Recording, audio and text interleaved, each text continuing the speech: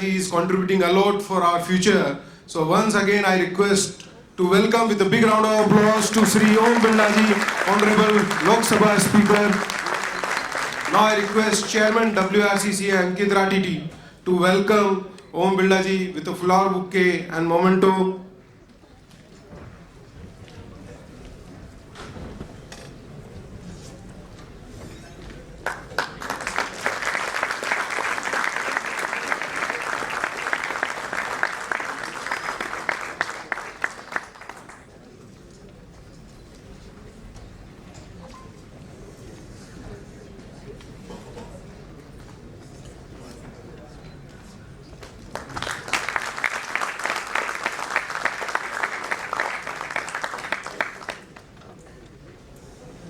Now I request Dynamic Chairperson of WRCC Ankit Rathi Ji for his welcome address.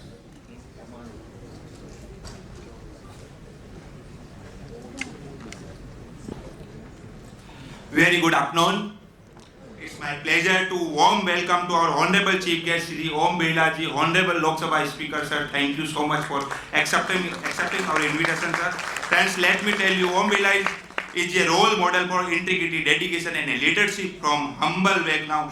He started his journey from humble beginning and he reached till leading the Lok Sabha. His journey inspires all as a speaker. He promotes democracy and encourages constructive debates in the parliament. Friends, let me tell you, his focus on empowering citizens, promoting inclusivity and advancing India development. We deeply respect your commitment to public service and your ability to bring people together for the common goal is highly commendable, sir. Friends, let me share you, Om Birla Ji is a presence highly matter towards his strong personality and dedication to our nation. Welfare inspire all of us. I request each one of you for a huge round of applause for the presence of Honorable Birla, sir. Sir, our diocese is blessed with your presence. Thank you so much for your presence, sir. Thank you, sir. Now I request our chief guest of this session, Sri Om Birla Ji, Honorable Speaker of Lok Sabha, to address all of us. Let's welcome with a big round of applause.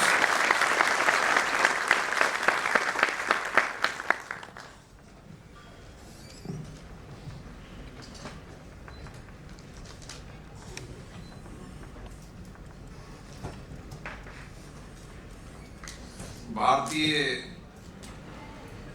Chartered accountant संस्था ICAI से मेरा बहुत लंबा और पुराना संबंध है। मेरे पिछले 5 साल के कार्यकाल में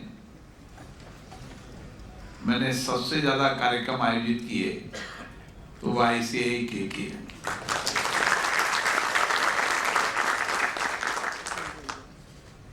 और यहाँ पर जब जियो के अंदर हुआ था इंटरनेशनल कॉन्फ्रेंस में भी मेरा आना हुआ था। इसके अलावा भी दुनिया के कई देशों में जब मैं गया तो वहाँ पर भारतीय चार्टर्ड अकाउंटेंटों के साथ मेरी एक मीटिंग जरूर होती थी।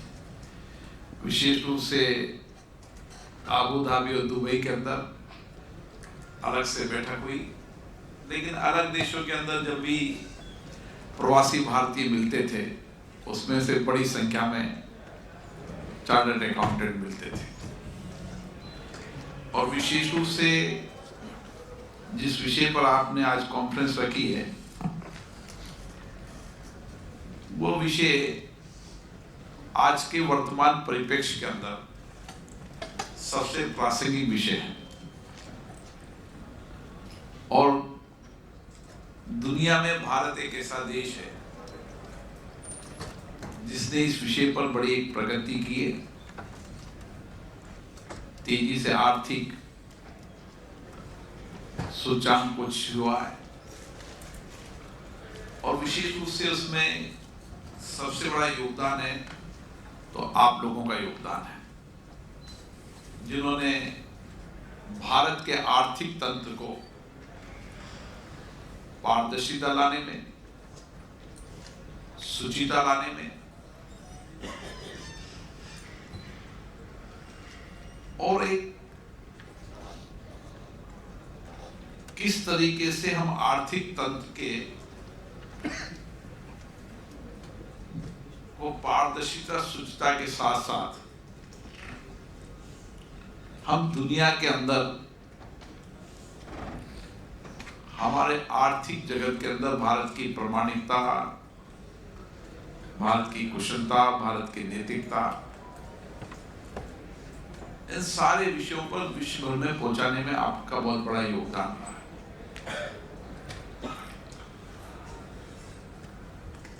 आज मैं कह सकता हूं कि दुनिया के अंदर भारत का बाजार, भारत का मार्केट, भारत का शेयर, मुझे अभी कई बातें अलग अलग बम्बई के अंदर आए तो अलग अलग तरीके से लोगों ने चर्चा की। उन्होंने कहा जितने हमारे आने वाले समय के अंदर शेयर बाजार के अंदर जितने लोग हैं वो 15 करोड़ करीबन लोग हैं जो इस मार्केट से जुड़े हुए हैं। ये 15 करोड़ बहुत बड़ी संख्या होती है जो कहीं ना कहीं शेयर बाजार से उनका जुड़ाव है। और दूसरी बड़ी बात बताई कि हमारा शेयर बाजार इतना बड़ा हो गया है कि दुनिया की कोई कंपनी इन्वेस्टमेंट नहीं करे तो भी हम अपने शेयर बाजार पर आत्मनिर्भर खड़े हो चुके हैं। ये दो विषय बहुत महत्वपूर्ण है जिसके इर्द गिर्द सारा आर्थिक तंत्र चल रहा है। और मुझे खुशी है कि 10 साल में मोदी जी के शासन के अंदर एक तेजी से अर्थव्यवस्था के अंदर परिवर्तन आया। अर्थव्यवस्था में पारदर्शिता आई, जवाबदेही आई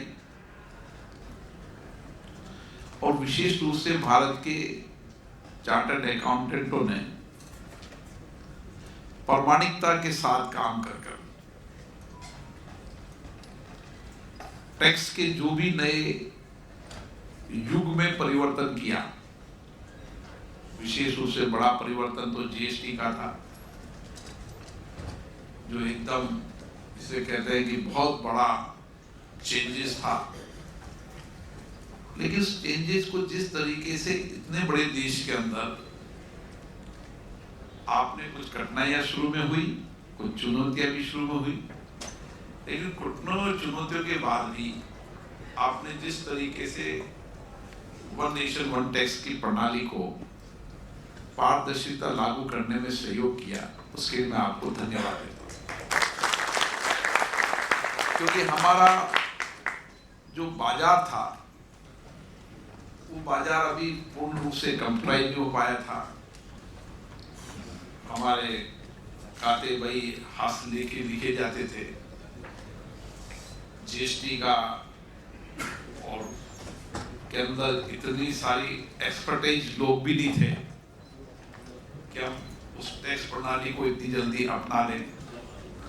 लेकिन आपने जिस तरीके से नई टैक्स प्रणाली को अपनाते हुए इतने एक्सपर्टाइज तैयार करना, ये भी भारत के लिए एक बहुत बड़ा परिवर्तन है। और उसके बाद लगातार जो आवश्यकता समय पर हुई, उस समय के अनुसार आपके सुझावों पे, व्यापारियों के सुझाव पे, इंडस्ट्री के सेक्टर के अन्य सेक्टर जो भी शेयर होल्डर्स थे, उनके सुझावों पे समय समय पर परिवर्तन लाए। और आज जब हम जीएसटी का रेवेन्यू देखते हैं तो लगातार रेवेन्यू जीएसटी का बढ़ता है। जब देश का रेवेन्यू बढ़ता है, राजस्व बढ़ता है, तो निश्चित रूप से आर्थिक तंत्र का देश अगर मजबूत होगा तो निश्चित रूप से सामाजिक और इंफ्रास्ट्रक्चर की योजनाएं ठीक से चलेगी, देश आगे बढ़ेगा। तो स्वाभाविक रूप से है कि हम सब चार्टर्ड अकाउंटेंट हैं, जितना हमारे पास धन होगा उस धन का उपयोग ठीक तरीके से देश के इंफ्रास्ट्रक्चर में, सामाजिक कल्याण की योजना में, गरीब के जीवन परिवर्तन करने में निश्चित रूप से धन का उपयोग होगा। और मेरा मानना है कि अब लोग सामान्य रूप से कहते हैं कि हमें ईमानदारी से काम करना है। टैक्स पहले कहता है कि हमें तो टैक्स देना है, ईमानदारी से टैक्स भरना। ये ऐसी भावना इस देश के अंदर बन गई है कि हर व्यक्ति कहता है कि हमें टैक्स देना है, हमें ईमानदारी से काम करना है। और आप ज़्यादा नज़दीक रहते हैं और जितना मैं सुनता हूँ उतना कहते हैं कि हमें तो टैक्स दें, जो बनता है वो टैक्स दें, ईमानदारी से काम करें। ये देश की जो मानसिकता बनी है, ये अपना आप में बहुत बड़ा परिवर्तन है। और ये आपने तो ज़्यादा देखा होगा क्योंकि आपसे ज़्यादा नज़दीक लोग रहते हैं, लेकिन हमें जो मिलते हैं वो भी लोगों का मानना ये है। दूसरा बड़ा काम हमने जो किया कि दुनिया के अंदर हर सेक्टर के अंदर हमने केवल एक सेक्टर के अंदर प्लान नहीं किया। आप माननीय मोदी जी के विजनरी को देखोगे, उनके नेतृत्व क्षमता को देखोगे, तो उन्होंने कैबिनेट की मंत्रिमंडल की लास्ट मीटिंग के अंदर ये कहा कि 100 दिन के अंदर, जब चुनाव समाप्त हो उसके 100 दिन के अंदर हर विभाग अपने अपने विभाग में 2047 के अंदर भारत कैसा होना चाहिए उसका रोड मैप तैयार करें।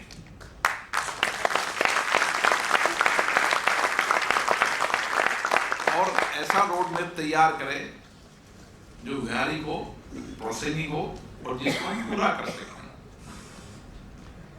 अधिकारियों को, मंत्रियों को भी कहा कि अपने अपने डिपार्टमेंट के साथ बैठकर क्या हमारा रोड मैप होना चाहिए। और आप देखें कि एक साथ देश के अंदर हर सेक्टर के अंदर एक नया परिवर्तन आपको नजर आएगा। किसी भी सेक्टर को आप उठा के देखें, पहले हम कई सेक्टरों के अंदर बहुत धीमी गति से आगे बढ़ रहे थे, विशेष रूप से डिफेंस के सेक्टर के अंदर हमारी तेज गति नहीं थी। लेकिन आज अंतरिक्ष के अंदर हो या हमारा डिफेंस सेक्टर हो, उन सेक्टरों के अंदर जो सेक्टर हमारे बहुत सालों तक, आज़ादी के 70 साल तक हम उन सेक्टरों में आगे नहीं बढ़ पाए थे, आज उन सेक्टरों के अंदर भी हमने एक बहुत बड़ी छलांग लगाई थी। टेक्नोलॉजी के अंदर, विशेष रूप से इनोवेशन सेक्टर के अंदर हमने नए स्टार्टअप के माध्यम से, आप देखो कि 10 साल के अंदर आज हमारा नौजवान जहां भी जाता हूं दुनिया के अंदर, हर स्टार्टअप के अंदर देश और दुनिया की चुनौतियों का समाधान करने का स्टार्टअप बना रहा है। 10 साल ही तो है ना चीजों में। आप 70 साल के, 65 साल के, 10 साल के शासन के अंदर आप देखें कितना बड़ा मेजर परिवर्तन होता है। और ये मेजर परिवर्तन नेतृत्व क्षमता पर ही होता है। जैसा नेतृत्व होता है, जैसा विजनरी होता है, जैसा सरकार का रेवेन्यू, सरकार का कामकाज, तो दृष्टि तो ही चलती है। लेकिन जो नेतृत्व करने वाला व्यक्ति कौन है, उसकी दिशा क्या है, दृष्टिकोण क्या है, सोच और चिंतन क्या है, उस पर बहुत निर्भर करता है। और मोदी जी ने 10 साल के अंदर इस सोच, चिंतन, व्यावहारिकता के साथ, अपने नेतृत्व क्षमता के साथ देश को सबको साथ लेकर हर लोगों के विश्वास भरोसे को जीतते हुए उन्होंने देश को आगे बढ़ाने का काम किया। आज हम जब पूंजी बाजार की बात करते हैं तो आज दुनिया के अंदर हमारी खुद की ताकत इतनी बड़ी खड़ी हो गई है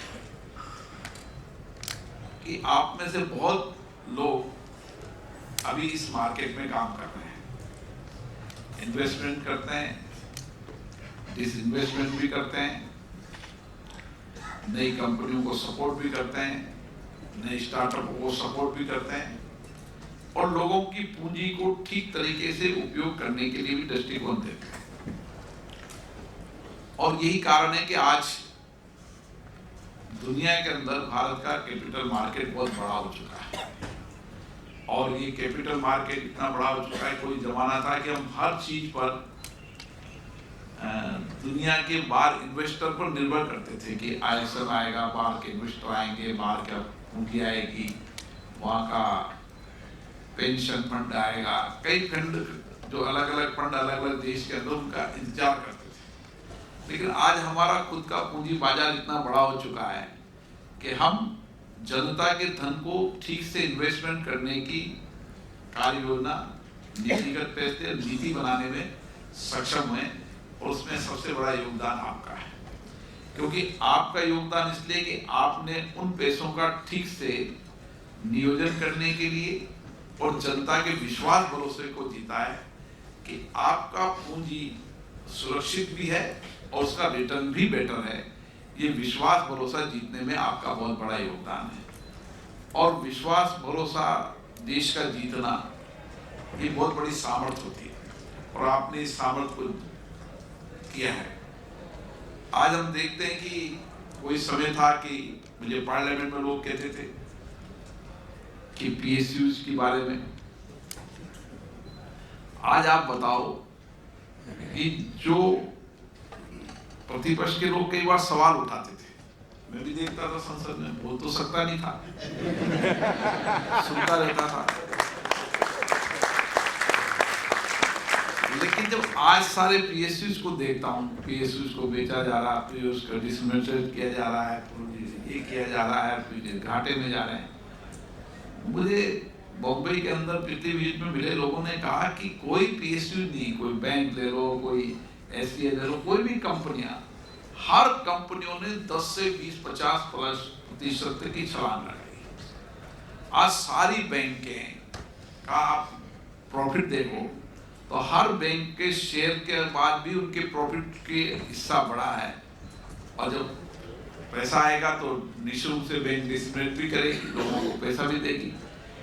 ये आप देखो इस 10 साल के अंदर जो बैंकें की हालत इतनी खराब होती थी, PSUs की इतनी हालत खराब होती थी, आज क्या स्थिति पहुंच गई।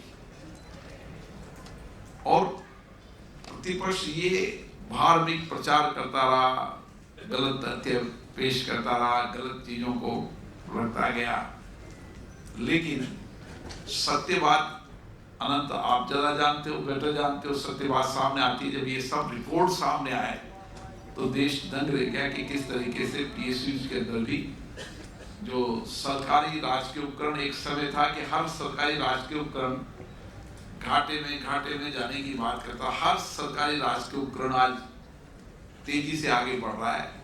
ये बड़ा एक काम इस देश के अंदर हुआ है, क्योंकि आप कई सेक्टरों के अंदर काम करते हैं, और दुनिया के अंदर भी जितने भी चार्टर्ड अकाउंटेंट मिलते हैं वो केवल अकाउंट्स की पारदर्शिता का काम नहीं करते, CA का काम नहीं करते। आजकल बहुत बड़ा मैनेजमेंट का काम भी चार्टर्ड अकाउंटेंट, जितनी बड़ी कंपनियों के अंदर CEO मिले वो सब CEO चार्टर्ड अकाउंटेंट मिले, और जो जिस कंपनी का CEO चार्टर्ड अकाउंटेंट है उस कंपनी की ग्रोथ भी मैंने तेजी से बढ़ती हुई देखी। तो मैनेजमेंट की स्किल भी आप में अद्भुत है।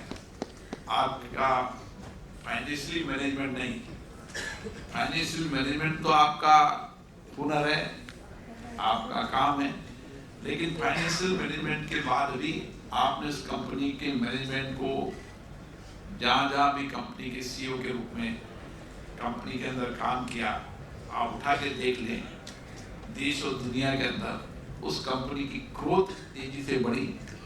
ये स्किल भी हमारे देश के चार्टर्ड अकाउंटेंट ने बहुत बड़ी की है, और इसलिए विश्वास और भरोसा ये जीतना सबसे बड़ी बात है। आपने लोगों के विश्वास को जीता है, भरोसे को जीता है, आपने इसमें नए रिफॉर्म किए, परफॉर्म किए, ट्रांसफॉर्मेशन किए, और विशेष रूप से मैं देखता हूं कि आपने अपने उस पेशे से हटकर भी देश के अंदर किस तरीके से नई कंपनियां बनाना, नई कंपनियों के बाजार को की जानकारी देना और नई इंडस्ट्री सेक्टर को डेवलप करना। आज बिजनेस हो, चाहे सर्विस सेक्टर हो, चाहे इंडस्ट्री सेक्टर हो, हर सेक्टर के अंदर आपने उसको एक जिसे कहते हैं ना, उसकी बैलेंस शीट बनाने से लेकर उसकी पूरी इंडस्ट्रीज को खड़ा करना। सर्विस सेक्टर के अंदर बिजनेस को, सर्विस सेक्टर के अंदर कहाँ से सर्विस सेक्टर क्या क्या प्लान होना चाहिए, कहाँ से पूंजी आएगी, किस तरीके की पूंजी आएगी, कैसे इन्वेस्ट आएगा, इस तरीके से आपने इन सारे सेक्टरों के अंदर एक बहुत बड़ा परिवर्तन किया है। नहीं तो कोई भी इंडस्ट्री सेक्टर वाला, कोई भी सर्विस सेक्टर वाला पहले इंतजार करता था कि मैं कोई काम शुरू करूँगा तो पूंजी कहाँ से आएगी, मेरी बैलेंस शीट में प्रॉफिट कहाँ से दिखेगा, क्या मेरा प्लान होगा। उस सारे प्लान को बनाने का काम आप करते हैं, मतलब जिसे कहते हैं ऐसे शुरू करता है उसको खड़ा करने तक का काम आप लोगों ने किया है, जिसके कारण नए सेक्टर के अंदर हम डेवलप कर पाए। और आज मैं आपके कंट्रीब्यूशन से कह सकता हूं कि बहुत सारे सेक्टर आपने डेवलप किए हैं और जिसके कारण एक विश्वास भरोसा जमा है। और यही कारण है कि आज जो तेजी से भारत की आर्थिक प्रगति हो रही है और जिस तरीके से तेजी से हम आर्थिक तंत्र को आगे बढ़ा रहे हैं और दुनिया के अंदर हमारी विशेषता प्रमाणित साबित कर रहे हैं, उनमें आपका बहुत बड़ा योगदान है। क्योंकि दुनिया की सारी कंपनियां आज भारत में इन्वेस्टमेंट करना चाहती है। भारत ने भी कोशिश की है पारदर्शिता लाने के लिए, नियमों कानूनों के अंदर जहाँ आवश्यकता शिथिलता दिए, कानून नियम पारदर्शिता बनाए, ताकि बाहर की जो कंपनियां आती है वह उस देश के नियम कानून और पारदर्शिता को देखती है। मैं जितने ही बड़े देशों में गया, मैंने देखा कि वहाँ पर भारत के प्रति वहाँ के लोगों का विश्वास भरोसा बढ़ा है। वहाँ की कंपनीज को लगा है कि भारत में इन्वेस्टमेंट करेंगे तो हमारा इन्वेस्टमेंट भी फ्रूटफुल रहेगा और वहाँ पर एक कानून का शासन है, जहाँ पर कानून से चीजें चलती है, नियम से चीजें चलती है, पारदर्शिता से चीजें चलती है। और एक ईमानदार सरकार है जिसने ईमानदारी के साथ काम कर इस देश को आगे बढ़ाने का काम किया है और कोशिश की है पार्लियामेंट में वो सब विधेयक लाने की जिससे कि काम करने वाले किसी भी कंपनी को पारदर्शिता आ सके और वो कानून नियमों के तहत अपने एक्शन टेकन प्लान को कर सके। ये एक बहुत बड़ा काम होता है, क्योंकि दुनिया के अंदर कई देशों में देखता हूं कि वहां के अंदर सरकारों के रोज कानून परिवर्तन होना, रोज अस्थिर सरकार होना, रोजाना टैक्स प्रणाली में परिवर्तन करना, टैक्स सिस्टम में परिवर्तन करना। भारत में ये सब कुछ एक साथ चला, एक स्थिर सरकार, एक मजबूत सरकार, एक पारदर्शिता सरकार, एक ईमानदार सरकार और विशेष रूप से कानून से चलने वाली सरकार, संविधान को पालन करने वाली सरकार। आज मैं कह सकता हूं कि माननीय प्रधानमंत्री जी ने भारत के संविधान का जितना सम्मान किया है उतना किसी प्रधानमंत्री ने सम्मान नहीं किया।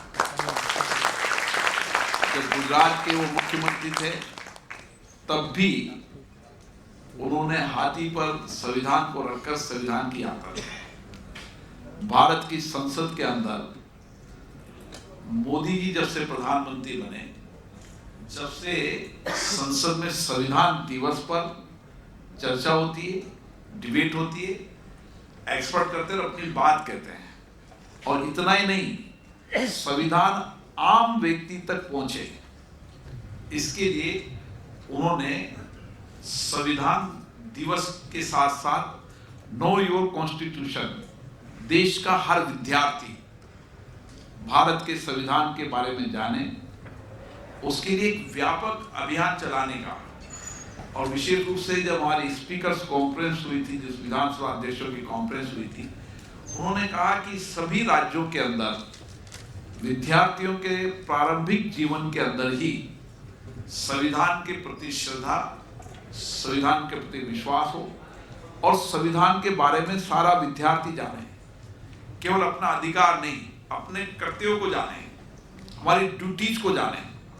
और जब ड्यूटीज के बारे में वो सचेत होगा तो देश के बारे में वह अपने कर्तव्यों को समझेगा, अपने दायित्व को समझेगा और अपने कर्तव्य दायित्व को निभाते हुए देश के कंट्रीब्यूशन को आगे बढ़ाने में अपना योगदान देगा। उन्होंने कहा कि संविधान के अंदर इन सब चीजों को पालन करना, संविधान को इस तरीके से समझना अगर देश का नौजवान विद्यार्थी ये संविधान के बारे में ठीक से जानने लग जाएगा तो हर व्यक्ति, चाहे नौजवान हो, विद्यार्थी हो, चाहे समाज का हर व्यक्ति देश के प्रति, समाज के प्रति अपनी ड्यूटीज को निभाएगा, अपने उत्तरदायित्व को निभाएगा तो देश आगे बढ़ेगा।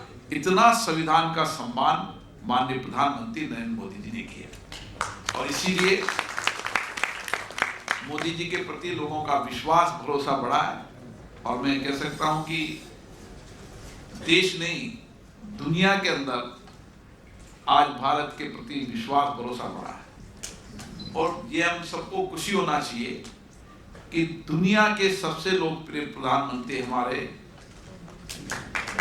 प्रधानमंत्री, दुनिया के सबसे लोकप्रिय नेता हमारे प्रधानमंत्री, ये भारत के हर व्यक्ति को गर्व होना चाहिए। और ऐसा नहीं कि एक साल, हर वर्ष, क्योंकि मोदी जी ने केवल देश नहीं, दुनिया को भी G20 में संदेश दिया, एक साथ वसुदेव कुटुंबकम का, एक पृथ्वी, एक परिवार, एक भविष्य। आप नेतृत्व की क्षमता देखो, आज दुनिया उस एजेंडे पे चली है कि सारा विश्व वसुदेव कुटुंबकम की संस्कृति पे चलेगा तो सब देश आगे बढ़ेंगे। और यही कारण है कि आज दुनिया के अंदर मोदी जी के प्रति सभी देशों का विश्वास बढ़ा है, देश की जनता का भी अति विश्वास। मैंने मेरे राजनीतिक जीवन में जनता का प्रधानमंत्री जी के प्रति इतना विश्वास, भरोसा किसी नेता के प्रति कभी नहीं देखा जितना विश्वास, भरोसा है। समाज के हर तरफ, गरीब से गरीब व्यक्ति का भी और गरीब से लेकर किसी भी व्यक्ति हो, चाहे गरीब हो, मध्यम वर्गीय हो, चाहे अमीर हो, हर व्यक्ति का विश्वास, भरोसा बढ़ा है क्योंकि उन्होंने अपनी जिंदगी गरीबी में जी। इसलिए गरीब कल्याण के लिए उन्होंने योजनाओं की शुरुआत की, धन का ठीक से गरीब के जीवन परिवर्तन करने के लिए नियोजन किया और गरीब के जीवन में कैसे परिवर्तन किया जा सकता है उसके लिए उन्होंने पूरे 10 साल में ऐसी योजना बनाई ताकि गरीब के जीवन में एक इंफ्रास्ट्रक्चर से नहीं, एक गरीब के जीवन में एक सामाजिक परिवर्तन हो सके, आर्थिक परिवर्तन हो सके। जहां उसको मकान हो, जहां उसको टॉयलेट हो, जहां उसको पीने का पानी हो, जहां पर उसको लाइट हो, उसके साथ साथ उसका आर्थिक रोजगार भी हो। आर्थिक रोजगार के लिए भी उन्होंने, चाहे एक स्ट्रीट वेंडर जो है, उस स्ट्रीट वेंडर की भी चिंता करें कि पीएम स्वनिधि के माध्यम से उसको लोन मिले, मुद्रा बैंक के माध्यम से लोन मिले, तो गरीब व्यक्ति के जीवन में आर्थिक परिवर्तन हो, इसके लिए भी उन्होंने व्यापक योजना बनाई। और इसी के साथ साथ भारत की इकोनॉमिक ग्रोथ हो और भारत की आर्थिक इकोनॉमिक ग्रोथ हो और 5 ट्रिलियन इकोनॉमी का लक्ष्य लेकर चले हैं, जिस लक्ष्य को आप सबको पूरा करना है। मुझे आशा है कि आप सब लोग मिलकर, भारत के सभी आर्थिक जगत में काम करने वाले लोग, अगर हम सब मिलकर काम करेंगे तो निश्चित रूप से भारत को 5 ट्रिलियन इकोनॉमी बनाने के लक्ष्य को पूरा कर पाएंगे। और विशेष रूप से मैं कह सकता हूं कि आपका बहुत बड़ा योगदान है इस पूंजी बाजार को नया दिशा देने का। आने वाले समय के अंदर और हमें प्लान बनाना चाहिए, योजना बनानी चाहिए कि किस तरीके से हम और बेहतर तरीके से पूंजी बाजार में नई दिशा दे सकें, ताकि लोगों का विश्वास, भरोसा, इन्वेस्टमेंट करने पड़े, उनका रिटर्न ठीक से मिले। और जब विश्वास, भरोसा बढ़ता है तो निश्चित रूप से पूंजी बाजार तेजी से बढ़ता है। आप सबको बहुत बहुत धन्यवाद।